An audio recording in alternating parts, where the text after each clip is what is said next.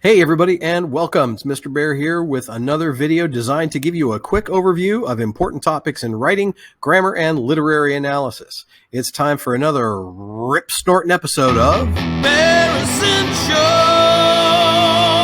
Language Arts! This video will be the first in a series of 5 videos related to the 5 elements of a well-known acronym that we use for analysis of tone. And that acronym is DIDLS. And the 5 letters of that acronym stand for diction, imagery, details, language, and syntax. So the first of those 5 elements that we're going to study, diction, is probably the most universal simply because all authors use it all the time. Now, see if you can follow me here. Sarcasm alert! Sarcasm alert! Authors all use words. Let that sink in. Authors use words. That's far out, man.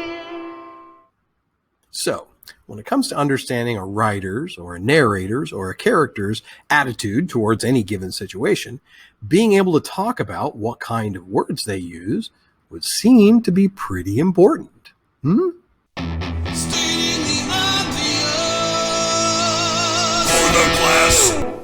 So that's all diction analysis is. Taking a look at the subject being discussed, looking at the specific individual words that the author uses, and then using that to help determine the tone.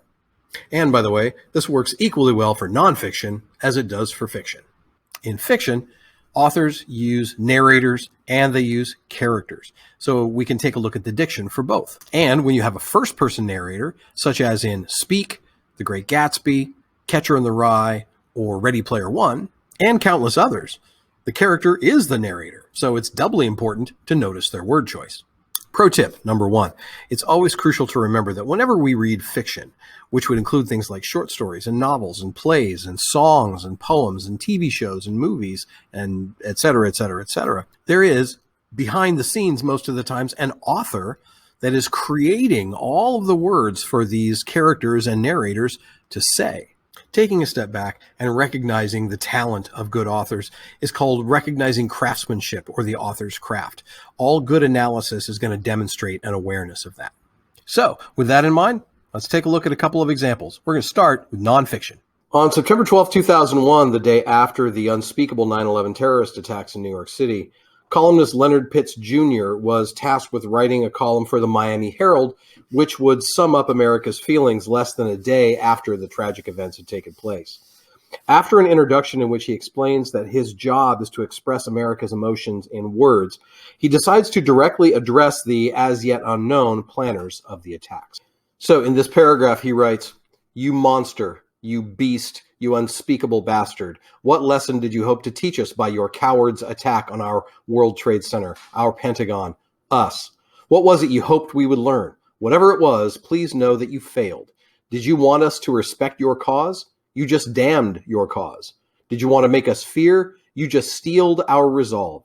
Did you want to tear us apart? You just brought us together."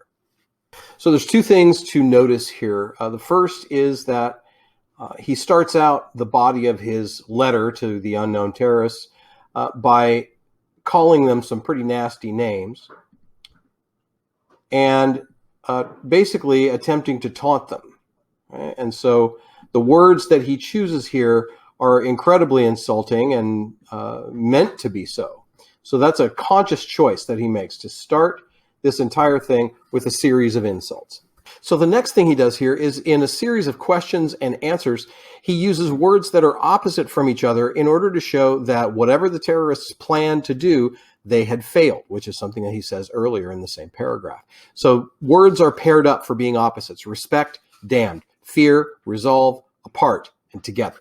So the net effect of him using these insults and these words that are opposite is that he wants to show a tone of defiance and of anger and scorn. And so he does that by choosing specific words that are insults and choosing specific words that are opposites. And that's what diction is all about. So this is the next paragraph of Pitts's column in the Miami Herald. I'm just going to read it aloud, and I want you to think about what it is that you hear when it comes to specific patterns of word choice. He says, "Let me tell you about my people.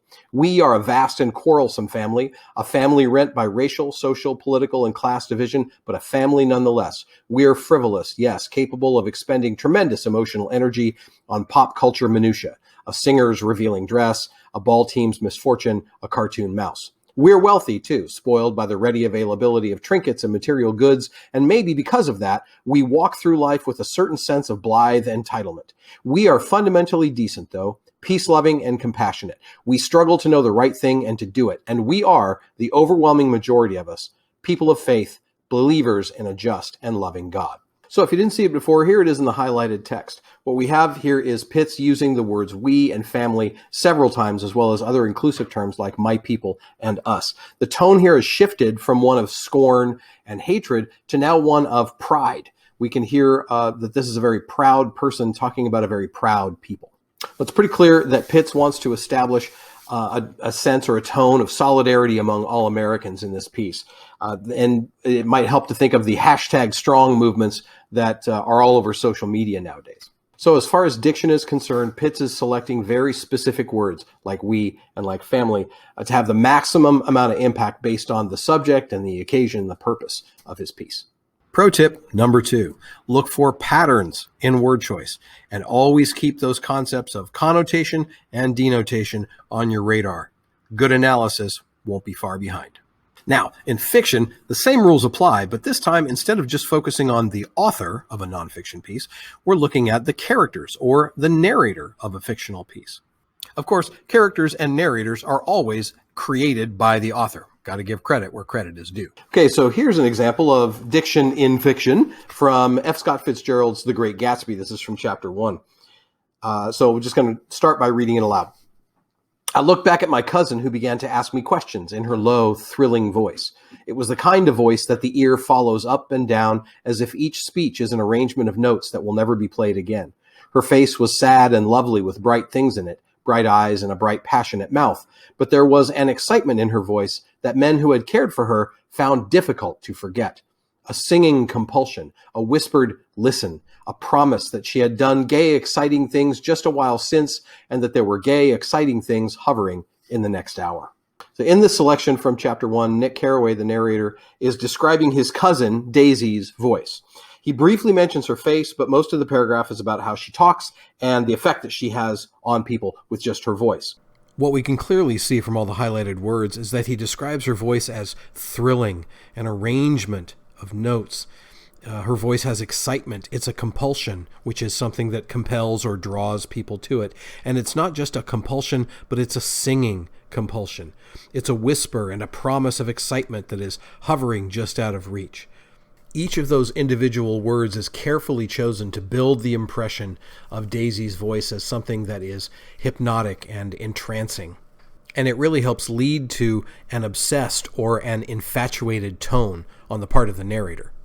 As a footnote, by the way, this helps to set up the love triangle later on in the story, and it sets up the idea of why Daisy always has men fighting over her throughout the entire story, despite the fact that she is no angel and she does some pretty awful things before the story is over with.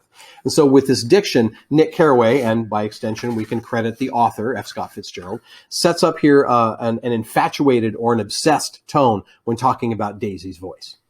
One of the key themes of The Great Gatsby, by the way, is that the obsession with money and power and wealth and status are all destructive. So symbolically, Daisy has become the ultimate trophy wife. In fact, at the end of chapter 7, when Gatsby is describing Daisy's voice, he actually says, quote, "Her voice is full of money," unquote. So that description, combined with a lot of other symbolism in the book, really helps drive home that obsessed or infatuated tone when it relates to Daisy and her voice. And by the way, have you noticed that I've been ducking this sunbeam through the entire video? I'm like on either side of it. It's like it's a laser beam and I'm trying to avoid getting cut in half.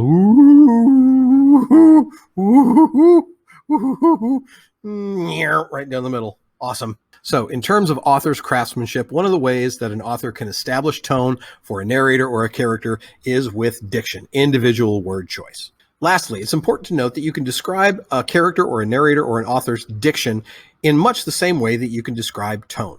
Take a look at the following document, which gives a whole bunch of examples of describing a character or a narrator or an author's diction. So when you're writing a paragraph about diction, it's a good idea if you can put a descriptive word in front of the word diction in your own writing to indicate what kind of diction it is. So, for example, in this excerpt from The Great Gatsby, what we can see is that all of these words that Fitzgerald has chosen convey a certain sense of emotion. In fact, they're pretty intensely emotional. So that might be a good word to use for our diction. In fact, here's a sentence that you could use if this was maybe like the topic sentence of a paragraph. In Chapter 1 of The Great Gatsby, F. Scott Fitzgerald's narrator, Nick Carraway, uses extremely emotional diction to establish an infatuated tone when describing Daisy's voice. Now, that's just one option from one specific story, but it is a good idea if you can talk about a particular kind of diction. And if all else fails, you can use the word specific or precise in your sentence describing their diction, and at least it gives some idea of the author's craftsmanship. I'm sorry, but this sunbeam is really freaking me out. Well, that about does it for this sun-dappled episode of Baer Essentials. Don't forget to hit the like and subscribe buttons because why not? I mean, what? You think you're too good for this video? Is that it? Well, way to hurt my feelings.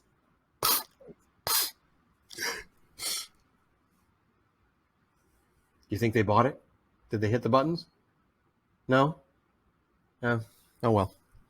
See you next time on Baer Essentials.